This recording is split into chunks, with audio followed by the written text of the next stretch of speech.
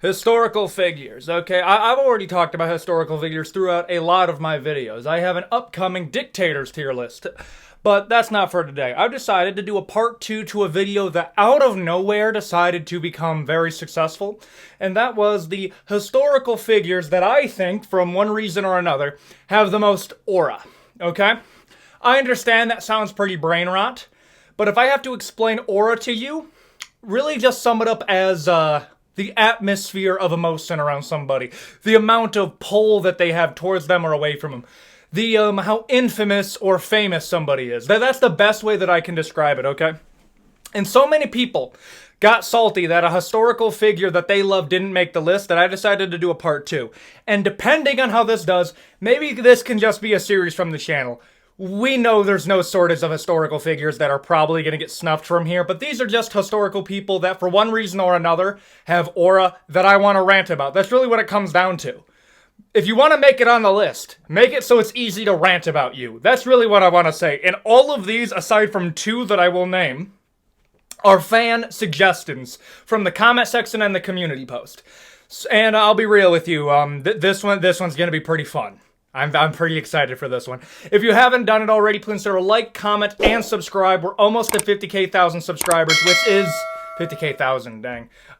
50,000 subscribers, which is, that was the goal for the entire year. We're about to reach it. I think we're going to be able to do it before the end of the year. I think we're at 47,000 by the time of making this video.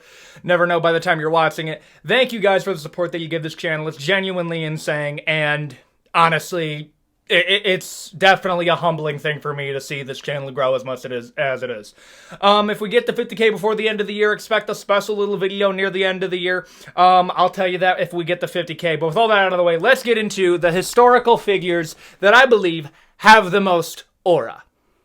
Rasputin, Gregory Rasputin, okay? This guy was brought up a lot, and I'm gonna be real with you. I don't understand the hype. I really don't. Rasputin got famous for being a con man healer, and on top of that, got famous for being a notoriously difficult dude to kill. I think you guys know of the story of Rasputin. He got assassinated. They poisoned him with enough poison that I believe was enough to kill an elephant. Treated that like a hangover. They shot him in the back of the head, and then stabbed him, wrapped him up in a carpet, and then threw him in a river. That was in the middle of a Russian winter, by the way. And then he survived all that, walked back to where he almost died, and as these guys are celebrating, they basically jump him and then beat him to death with a bunch of bats. That's essentially how he died, okay? Now, historically, that is under a lot of debate. Some people think he died in the water and the beatings were from afterwards. Other people believe that the entire story's been made up. Now, let me just tell you something about Rasputin, okay? Do you know what's another reason he's become very notorious? Apparently, bro had a hog on him, okay? Like, apparently it was massive. Like, to give you an idea, listen, the Rasputin family was weird. They were. I'm just gonna say it right now. I believe it's his great-granddaughter, has his hog like basically incubating in formaldehyde in a jar, and she charges people $50 to touch the jar. I'm sorry, that is one of the wildest things I think I've ever said on this channel, bro. Imagine you're Rasputin, and you have such a hog on you that your granddaughter puts it in a jar and charges people a fee to touch it. Wild. Now, okay, let's get into a bit of the historical of what Rasputin got famous for. So Rasputin, in a different time, would probably be one of those, like, TikTok health gurus that was telling you, yes, if you eat more leaves, you will become more one with nature. But in reality, at the time where he was, they believed he was, like, some crazy healer, which a lot of that stuff, I'm gonna be real, bro. If I went back there, I would probably I would do well at healing people, because I would just make up shit, and then they would be like, makes sense. Rasputin got invited by, I think it was, I'm sorry, man. I think it was, I'm forgetting what the royal family, it was like something Ov, because they all had Ov last names. But he got invited over because their son suffered from a form of a blood thinning disease. That anytime that he got a cut, he would nearly die. And considering that this child was the only male heir that would inherit the royal family of Russia at the time, and they just got done having like 3 revolutions, they invited over this healer and Rasputin to figure it out. Rasputin comes over there and heals the kid, Let me tell you what the healing was. He prescribed him less medication and more Jesus. That's essentially what happened. He was a super devout Orthodox Christian. And you hear that and you're like, oh, that was kind of a miracle. No, it wasn't. Like, at all. Oh, you know what he did? He told him, stop taking penicillin. If you don't know, penicillin thins your blood. Yes. All he did was tell him, hey, with the kid that has a blood-thinning disease, maybe stop giving him medication that doesn't really help him and makes his blood even thinner. Like, maybe just don't do that. Do I think he knew that? No. I think he genuinely believes he was an ordained healer by the Lord himself because his ego was unchecked. Apparently, bro was also a dog. He got more in trouble for endlessly sleeping with, like, women in royal families than he did for actually scamming people. Like, apparently, it got so bad that part of the reason that people think he got assassinated is he slept with a few of their wives or daughters or sisters. Apparently he was a dog, dude. Like, imagine a Russian Orthodox Christian version of Diddy. That's essentially what it was. Bro would be rolling up to the club, and apparently he would whip out the Rasputin hog on him, and it would just go wild. Okay, this is one of the weirdest segments I think I've ever had in a video ever. But yeah, no, that's a real thing. Look up the Rasputin jar on Google, and blur the images if you can. Yeah, no, Rasputin is horribly overrated. Extremely overrated. His aura came from the fact that he was difficult to kill, but that's still very, very disputed on what that happened. And he had a hog on him, which is also kind of funny. Imagine if Shaquille O'Neal got famous for not actually being a basketball player, but for the fact he basically has Kevin Hart as his dick. Imagine if that happened later on. I'm gonna put Rasputin, honestly, in D tier. Okay. I'm going to put Albert Einstein over him, actually. Einstein gets to go over Rasputin in terms of aura based off how long we remember him. Rasputin's just a fun person to bring up, but so many people brought up Rasputin in the comment section of the last video that I'm sorry. We got to acknowledge bro is overrated as fuck. Okay, just saying. Rasputin, bottom of D tier. Barely makes the list, but he's fun to rant about. Mike Tyson. Okay, at the time of making this video, Mike Tyson lost to Jake Paul. I could have saw that coming from a mile away. He is a 58-year-old man. However, I'm going to say this as a caveat. Imagine having so much aura in your youth that people thought the 58-year-old version of you was going to be a 27-year-old. Listen, I talk about combat sports a lot. That's actually where a lot of my expertise comes from. Jake Paul is a 27-year-old athlete. Whether you want to believe it or not, yes, he is, quote, a real boxer. Is he a great boxer? No, he's just above average. Not even above average. He's about average professional boxer. And he's fighting an old man. He's a 58-year-old man, okay? AIDS conquers all. That's just how it is. But Mike Tyson in his youth was a legitimate demon, okay? Hearing Mike Tyson get old and talk about his old self in the third person, like, I just don't want to wake the demon. That's why I take the mushrooms. Like, dog. He's talking about old Mike Tyson like most people talk about fucking Cthulhu, okay? I don't even want to woke up, man. I don't want to wake the demon. He eats the souls of my enemies like Alexander the Great. I don't know if Alexander the Great did that shit, but you do you, boo. Mike Tyson, in his prime, was terrifying. He bit a man's ear off, and we were like, normal. It's Mike Tyson. Okay? It hurts me to see Mike Tyson do this at his age. The fact is people want to ask, like, if you ever want to ask me my opinion, I respected Jake Paul more when he fought Tommy Fury and lost, because at least that was a fair fight. He took advantage of a man that has, I'm just going to say it, brain damage, and then talked him into a fight where he nearly died in June, and then talked him into it again. So yeah, I'm not giving any credit to Jake Paul on this one. Mike Tyson took after Muhammad Ali. Monster. Okay, lost to Buster Douglas, but before that was absolutely dominating the heavyweight division, not even being 6'1". Like, bro was a monster. He was the king of the sort kings out there. He was. Look at a picture of Mike Tyson when he was 13. Under Costamato.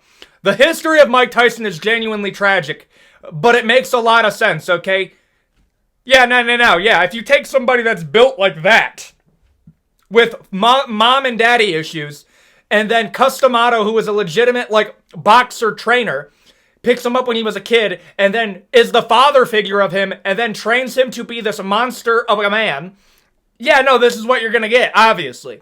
Absolute demon in his prime. Mike Tyson, I actually think, has a near the same level of a Muhammad Ali. Only time will tell, but Muhammad Ali does have a crazy legacy, but I think Mike Tyson ties him in terms of aura for that, which puts him at a solid mid-B tier. Tupac. I'm putting Tupac on here for the same reason that a Michael Jackson gets on here. Michael Jackson defined a whole genre of music and changed the entirety of the music industry. Tupac did the same thing, but he did it for a different genre. I want you to think about this. If Tupac was never famous, it would set back the entirety of the music industry, I guarantee you, like 10 years. No, I don't want to set it back. It would have changed it. Tupac inspired people that are going to continue to inspire people. But, dog, imagine being such a savage, okay? Imagine being Tupac, that Jada Pinkett Smith, the wife of Will Smith, still actively talks about how much better you are than Will Smith. Like, I'm sorry, bro. What do you say if you're Will?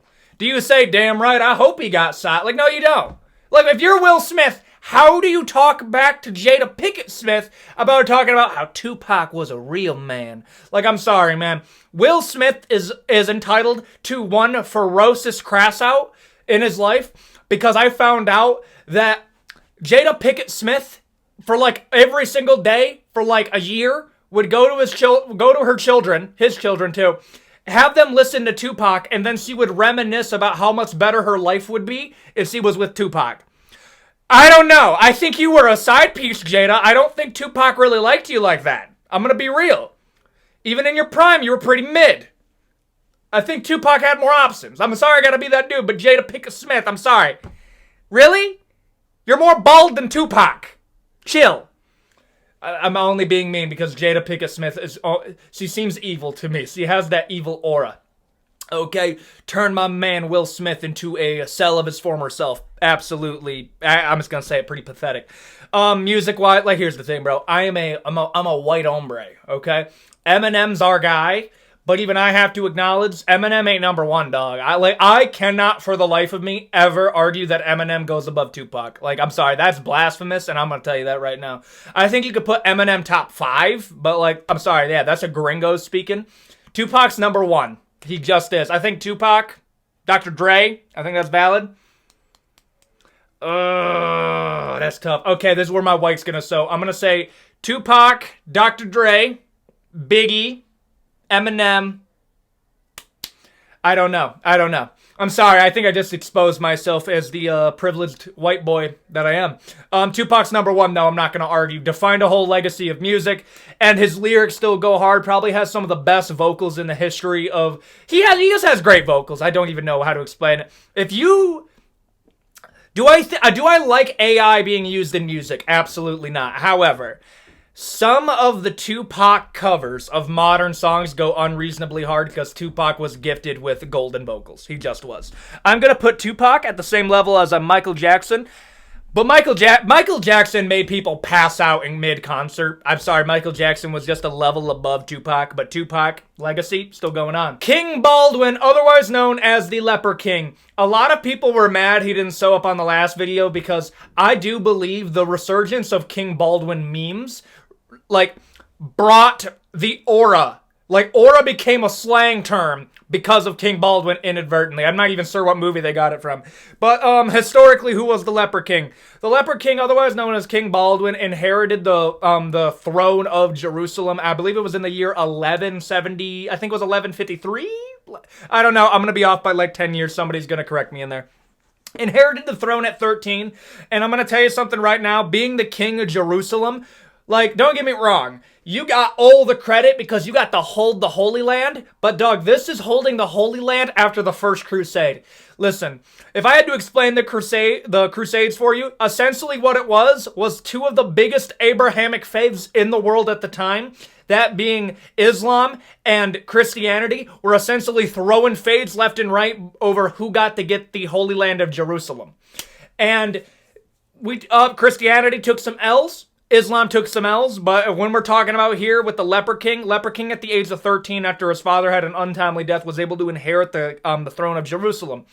almost immediately, this kid had the run fades with people.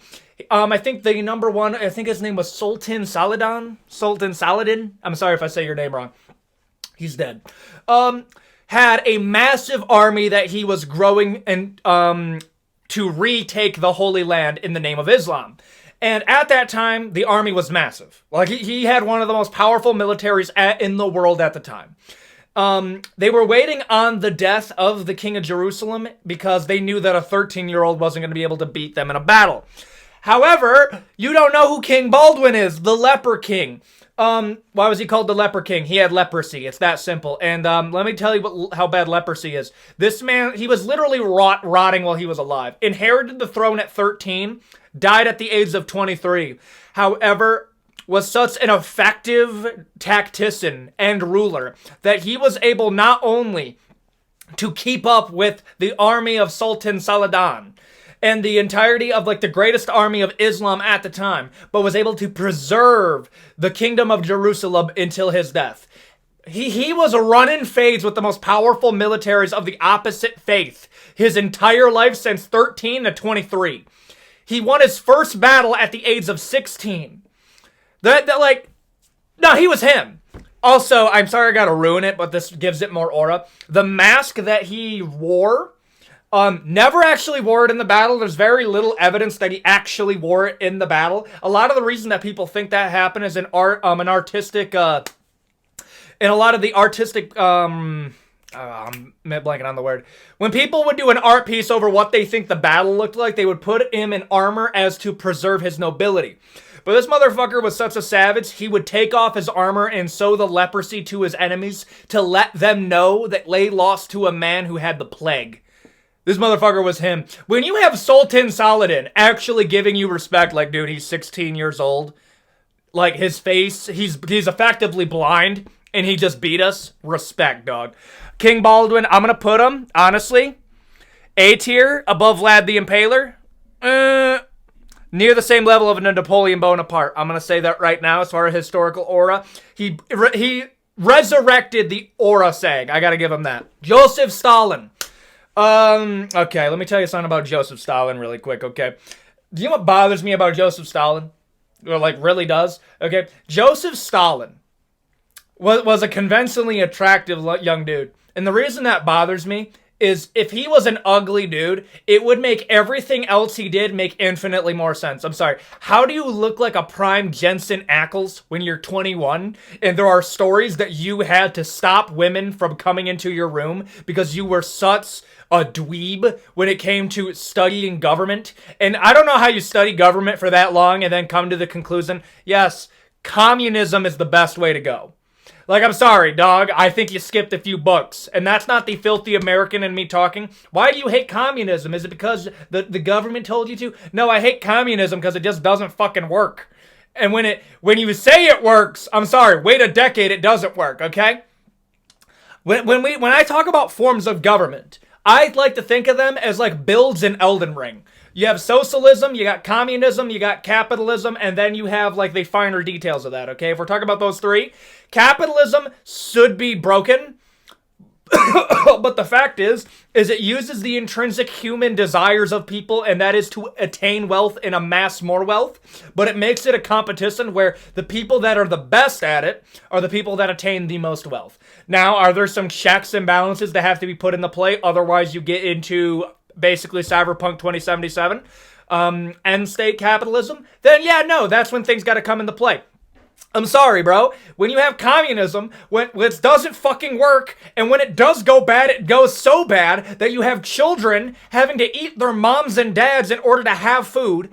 I'm sorry, bro. You've already lost the argument. You want to talk about the cannibal islands? You want to talk about the gulags? Yeah, no, communism's broken, dude. And I mean broken in terms of, like, it works well for, like, 10 years, but the reason that communism will always fail is because you need to have somebody who rules it that doesn't have the innate human desires and can be corrupted by power. Communism works great if you have a saint at the top of it. You know what the problem is? Ain't nobody like that anymore. It's doomed to fail. Okay? Wow. That could be a whole video. I don't know. But Joseph Stalin, okay. Dude, The people in power in Russia didn't even want Joseph Stalin in power, but he was able to maneuver his way through assassination, through backstabbing. He was effectively able to make his own... Okay, oh, that's another thing. Every dictator, effectively, had a shadow police force that he would kind of use as an attack dog on his political opponents, and that's what the gulags were used. Basically to house people with political dissonance. This motherfucker was evil, dude. Joseph Stalin was a demon. Okay, as far as aura, brother, they made a whole anthem just to keep him happy. Like, here's the thing. Evil dude, as far as aura, like, let me tell you something, dude. Joseph Stalin versus Evil Mustache Man is like the ultimate villain versus villain matchup in any TV show that you've ever watched, okay? I could do a whole video going over the Battle of Stalingrad and how brutal that shit was. But Joseph Stalin, in terms of aura, I'm going to put him up there. My inner American is screaming right now because I have to put him near George Washington. I'm going to put him near George. You're the reason that we hate communism. Okay? Like, I want you to think about that. You are the reason that communism is going to be forever hated. You are the reason. Think about that. Michael Jordan.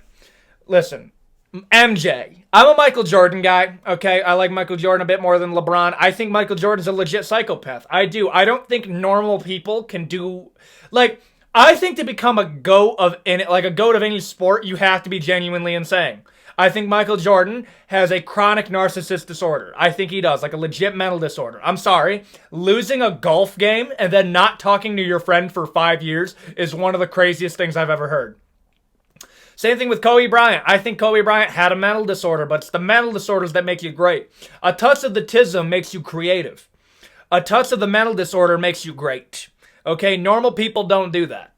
I think Tom Brady also has a problem. But at the same time, if I found out that my wife was cheating on me with the local jiu-jitsu instructor, brother, I would probably do something crazy too. Just saying. Let's see how good they become. Let's have their wife cheat on them and let's see how motivated they become.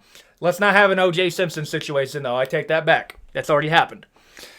Michael Jordan, man, dude, imagine being so good that if anybody ever said, okay, this is how good he was. Whenever somebody is the great of something, they say you're the Michael Jordan of that. Is this guy the Michael Jordan of MMA? Is this guy the Michael Jordan of golf? Is he the Michael Jordan of this or that? Like, imagine being so good that your name is used as, like, an analogy to say how somebody else was good. Like, I'm sorry, that's crazy. Like, okay, well, you want to have the debate LeBron versus Michael Jordan? We can have that debate. All I gotta say is Michael Jordan was just him. He was him, dog. He paved the way. Michael Jordan, honestly, I'm gonna put him above Mike Tyson. Above Mike Tyson, B+, almost up there. Michael Jordan, you kind of have to, dog. You do. You have to. Pablo Escobar. Pablo Escobar, the notorious Colombian cartel leader in Colombia. I watched a lot of Narcos, and I can tell you that Pablo Escobar was him. In all reality, though, dude, imagine being such a menace that the president of Colombia had to call in reinforcements from another country to beat you because you had more power than the actual government. And you want to know what's crazy? Bro actually tried to run for president, but then it failed. And then when he tried to run again, they found out imagine everything coming out that you did, and you did some crazy evil shit, okay? But people still look at you like a celebrity because you objectively helped out a lot of other people. There are whole towns that would not exist without Pablo Escobar's money. Pablo Escobar and the whole trade that he was doing, the whole enterprise that he was running, actually made Colombia a richer country by the end of it. The money that they were able to get from Pablo Escobar, okay, actually made the Colombian government, the economy of the Colombian country, more competitive with every other country in Central America. If that does not tell you how much dough bro was rolling in, like, this is one of those where there is so much to talk about. But if you want to compare, like, cartel leaders, El Chapo to Pablo Escobar, Pablo Escobar, in the average month at his peak, would lose more of his inventory to rats eating it than Pablo Escobar was sending out a month. That is how big Pablo Escobar was at his peak. Also had a pet hippopotamus that he would feed to people. Okay, that's all I'm saying. That's crazy. I'm sorry. Imagine having a pet hippopotamus and then you invite the ops over and you feed him to him. Bro was literally effing the news, like the news anchors. Like, it was crazy. Pablo Escobar was playing like life on creative mode until he wasn't, and then we got his ass. Craziness. Pablo Escobar, I'm gonna put him as far as aura. Also, this photo, he got arrested by the local Colombian police force, and they brought him in, and they didn't know who he was. So he smiled into the camera and says, "Well, just wait until you find out who I am." The moment they found out who he was, they let him go, because bro was such a menace. They didn't want to cause any problems. B tier, above Tupac. I think I'm gonna put him above that's tough. Okay, you know what? I can't have that many people in B. I'm gonna move him down. C+. Pablo Escobar. Teddy Roosevelt. Listen, Teddy Roosevelt had so much aura that they put him on the Mount Rushmore just for being him. Teddy Roosevelt is the only president ever that they had to actively tell him, hey, maybe stop fighting people in the Oval Office, and then we can be like, ayo, maybe stop doing that. Okay, Teddy Roosevelt was him. Had launched the National Park Act, started the Marine Raiders. Like, he was him. No, like he was. Now, from a presidential point of view, not the best. His foreign policy was borderline, like, conquering shit. Like, okay, like, we were very strong foreign policy-wise. However, we're getting dangerously close to just a normal empire. Okay? Rode in the battle on horseback, was boxing people in the Oval Office. Bro was him. Okay? Absolutely zero question. Like, come on. Now, so I gotta bring this up. Bro got shot in the chest and then spoke for 45 minutes. Bro, imagine taking a bullet to the chest and then going up to speak for 45 minutes. He effectively won because of that. Nobody even wanted to run against him because he was a bro. I'm gonna put Teddy Roosevelt. Teddy Roosevelt? Oh, Teddy Roosevelt. We don't have any A's yet. This is going to be tough. This is going to be really tough. I'm not going to segregate it. Bottom of A, above Vlad, but beneath Baldwin. In terms of historically. Marcus Aurelius. This is for all the people that read Meditations and are a subscriber to Stoicism. Let me tell you about Stoicism. Stoicism is cool, but edgy teenagers and red pill bros made it very cringe because they misinterpret it. Meditations, what essentially that means is, okay, the red pill version of Stoicism is emotion is a cancer and that men to be masculine cannot feed into it. Okay? That's the red pill version. Stoicism from Meditations really just boils down to, it is what it is. Like, that's what it is. Like, don't worry about shit that you have no control over. Okay? Don't allow your emotions from something that happened in the past to ruin your future. That's a good thing. Don't harbor bad will against somebody. Don't do that. Like, I'm sorry, like, that's objectively just good advice. But people, like, took that and were like, men should not feel emotions. No. He says that you should not harbor negative emotions when they are not needed. Okay? Like, here's an example that he gives. At any given moment, the metaphor that he gave is not really applicable. He said, at any moment the gods could strike you down with a lightning bolt, but do you fear the clouds? The modern interpretation with that would be, is we could get wiped out by an asteroid at any given time, but you don't go outside and brace for impact. You could die in a car accident anytime that you ever get into a car, but you don't fear cars. You could, like, there are so many bad things that can happen to you at any given moment, but you don't worry about that because the fruits that you could attain by just living your life, like, those are more worth it. That's essentially what Stoicism boils down to. Now, Marcus Aurelius was a champion of it, probably the most well-known Stoic. That's where that comes from. But as far as, he was one of the last great emperors of Rome. So the fall of Rome, I'm going to have to simplify the fuck out of it. But the fall of Rome really can be boiled down to is they had a string of good emperors, and then they had a string of really bad emperors, and then there was factions that were created. They had a civil war, and then it didn't turn out too well.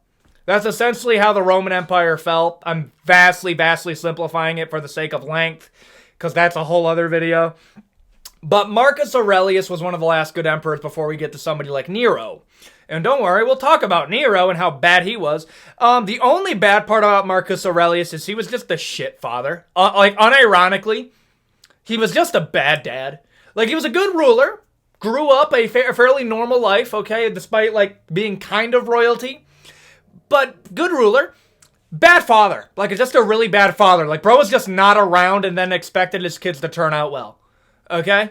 Like, craziness. Apparently, his wife cheated on him, and then he had the gladiator killed. So, yeah, that also happened. So, harbored some negative emotions there, huh, Marcus? As far as aura. Roman Empire, that gets you a baseline B. I'm gonna put him in A. There's so many A's in this video, dog. I'm moving Vlad the Impaler down the B. Vlad the Impaler goes down the B. Actually, nope. This is gonna sound blasphemous. Vlad's just too badass, dude. Oh my gosh, oh, this is such a tough one. Okay, Evil Mustache Man goes up to S tier. I'm gonna put him in S tier just because of how I'm comparing him to these guys. Oh my goodness, we're getting difficult over here. I'm gonna fix it on the fly, but dang, this is stacked. King Leonidas. Okay, I think the Spartans are one of the most glazed warriors in the history of ever. They were effective at the time, but if you really boiled it down, they probably wouldn't even be in top 5 in history. Number one, the story of 300 is either misquoted all the time, misinterpreted, or just as straight up wrong. First off, all of the stuff that we know about the Battle of 300 was attained by a Spartan who was told to go back by King Leonidas. It was not just 300 Spartans, it was 300 Spartans plus I believe like 2,000 other armies. Plus a navy, but the 300 Spartans were the ones that held the line the most. So Spartans they were the most mighty of the armies of Greece. Don't get that twisted. But King Leonidas as their leader, okay, warrior king. The Spartans were effectively a bunch of abused children that were told, oh yeah, the military is your only real choice. So yeah, not too different from now. He had some good lines. Okay, like I'm trying to give stuff up for Leonidas, but he's just so crazy glazed in modern media that I kind of have to knock him down a few pegs. He did have a few good lines. Like, one of the best lines I think he has was, one of the messengers of the Persian army of King Xerxes came up to him and said that if the Spartans do not surrender, we will block out the sun with arrows. And then, King Leonidas comes up and says, we will stay in the shade. I'm sorry, that's a bar. And then, they sent back the messenger again after battling for a little bit. And then he said something along the lines of, if the Spartans lay down their arms, we will not enslave your women. And then King Leonidas kills the messenger and says, Movin leb, which translates to, come and take them. That's a bar. I cannot deny King Leonidas had bars. Those are two crazy comebacks back to back. Okay? Like, I'm sorry, I can't deny that. Were some of the shit that the Spartans did just straight up weird? Yes, they did some weird shit. King Leonidas, as far as historical aura, I put him up there above Teddy Roosevelt and above Baldwin, beneath Napoleon Bonaparte. Sorry, I gotta do that. Emperor Nero. Nero was such a stereotypically bad dude, it is actually hilarious. Okay? Emperor Nero is the direct inspiration of Joffrey from Game of Thrones, and I do mean that. This guy was such an evil dude, he literally set fire to Rome in order to start a war, and basically, cascaded to the ending of the Roman Empire. He also had his wife die, and then he had a 12-year-old boy, unsullied. I'm gonna say unsullied. He unsullied him, and then dressed him up as a woman. And then that boy, later, after like, I think it was 2 years, Minecraft force quitted himself. I'm sorry I gotta say that, YouTube is YouTubing. Nero was awful. Like, Nero was evil. If you want to hear about, like, the worst stuff that he did, that's a different video, okay? He was creative, too. Looked like that. Like, bro was the ultimate Redditor neckbeard, man. He's the one that started it. Evil. Like, hilariously evil. Nero was one of the worst emperors of Rome. And I do mean that. He literally set fire to the city of Rome so he could go to war with the Germanic tribes, which was effectively the Roman Empire's equivalent to the Vietnam War. We didn't really need to be there, but you know what? Sits and giggles. Evil. Does he have aura? Yes, he does have aura, admittedly. You can be evil and have aura. I think that Emperor Nero was as evil as Marcus Aurelius was wise. I'm going to say that. Bottom of A. So far, the only S tier was Evil Mustache Man, but that's about the chains. Moses, the one who parted the Red Sea. Even from a historical point of view, from stuff that we can obviously, 100% say that he did. Imagine strolling up to a pharaoh, somebody who legitimately believes that they are God, that, hey, you're going to have to free up to 20 million slaves, and if you don't, my God will smite you. And then you get hit with a bunch of plagues, and at the time, that must have been, the craziest shit ever, because they just straight up were like, yeah, no, Moses sent God to kill us. And then Moses frees the slaves, takes them to the Holy Land, which would later become Jerusalem. I'm sorry, bro. That's crazy. That's insane. 40 years in the desert. Now, granted, bro got lost a lot. I'm just gonna say that. Somebody actually looked at, the map of how long it would take you to walk from Egypt to what, their final destination was. You could do it in, less than a year, but it took 40 years because they got lost in I think it was the Sinai Desert, the Sahai Desert. Yeah. Lose a little bit of aura on that one. I'm just gonna say that. Is the direct writer of the Torah and the Ten Commandments. This is Judea's guy. Judaism, this is your boy. Okay? If we take from the religious point of view, he literally parted this Red Sea. That's badass. Okay? That just was. I would love to see what that looked like from the Egyptians' point of view. Bro, why are we even chasing this dude? Imagine that happened. And, the Egyptians are riding through, and they're like, okay, why the fuck are we chasing the dude that literally parted the sea? What are we doing? Oh, why are the walls closing in? That's what I imagine the last words of these people were.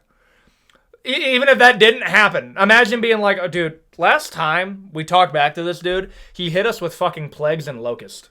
I don't even want, yes, take all the slaves, dog. Prince of Egypt was a great movie. I'm going to say that. Prince of Egypt, underrated movie. I'm going to put Moses, as far as historically speaking, I'm going to put him S tier. You got to put, he's a religious figure, okay? He's a religious figure. I'm actually going to have, I'm going to switch Jesus to, dang, religious. Damn, I misspelled that. How did I do that? Okay. Religious. That's what I'm just going to do. Jesus, number 1. Moses, number 2. And for people that are angry that Prophet Muhammad is on here, I'm not going to do a video where I have all of you guys on the same video. If you want Prophet Muhammad in a video, we have to do a part 3. I'm sorry. I can't, because the reason why. The reason I didn't, is the same reason why I didn't do Moses and Jesus in the same video. Because then the entire video would be historical figures. That's a whole other thing that I could do. Jesus, Moses, David, Samson, and then we have to do Prophet Muhammad. That's a whole video in and of itself with a lot to get into. So, I don't want to shoehorn a bunch of them in. I'm just going to do one of the big religious figures per video. Moses is the big guy for Judaism. Jesus Christ is the big guy for Christianity. Prophet Muhammad is the big guy for Islam. So that's the reason. The big 3. Sorry, I can't do that. King David, I didn't do him either. Christopher Columbus. I actually just want to rant about Christopher Columbus. Bro was a certified asshole. He just was. Let me just tell you something right now. I'm a big fan of history. I love history. People turning on Christopher Columbus is one of the most justified things I've ever seen. And the funniest part about it is people look at that and you're like, you're rewriting history. It's like, dog, there was one Catholic priest that went with Christopher Columbus. And that dude actively thought that Christopher Columbus was a demon. He described him as a man devoid of Christ and morals, with how brutal he was to the Native American population of where he was. Okay? They didn't even know they landed in America. The whole reason, okay, because school fucking lied to you, okay? I'll tell you something. I lost some faith in, how, schools cover history when I found out that they just straight up lied about Christopher Columbus. Number 1, everybody, I don't want to say everybody. The vast majority of people knew the earth was a ball by the time that happened. We have evidence that people knew the earth was a ball since ancient Greece. Christopher Columbus didn't prove that the earth wasn't flat. He doesn't deserve credit for that shit. Okay? Number one, stop that. Number two, he had to go to the queen, I think it was the queen of, it's not Portugal or Spain. Okay, he went to one of them because his country didn't want to pay for this shit. So he went over there, and how he sold it was, I'm going to find out if the earth is round or not, which is bullshit. No, he wanted to find out how long it would take to sail from the European continent all the way to the West Indies as a spice selling route. All bro was trying to do is figure out a new route to sell things. Okay? Like, that's what it was. They sent him with 3 ships because it was like, okay, if he dies, he dies. It's that simple. You're taking your own crew? We'll give you a Catholic priest. He'll bless you guys when you eventually do die. So, yeah, have fun. Have fun. Here's 3 of our shitty little ships. Have fun. He thought he landed in the West Indies. No. He landed not even in America, but by the continent of Africa. We have more evidence that the fucking Vikings were able to find Canada before Christopher Columbus was able to find the New World. You want to know why? No American continent? Okay, it's called Colombia? No. It's called America from a Spanish conquistador called Amerigo. That's why. Okay? And this dude talked about effing a walrus, or not walrus, what was it, a manatee? And called it a mermaid. Like, no, he was a weirdo. He was. Christopher Columbus was a weirdo. Okay? Gets to the New World, automatically starts spawn-killing Native American children, and then, oh my god, like, dude, no, he was evil.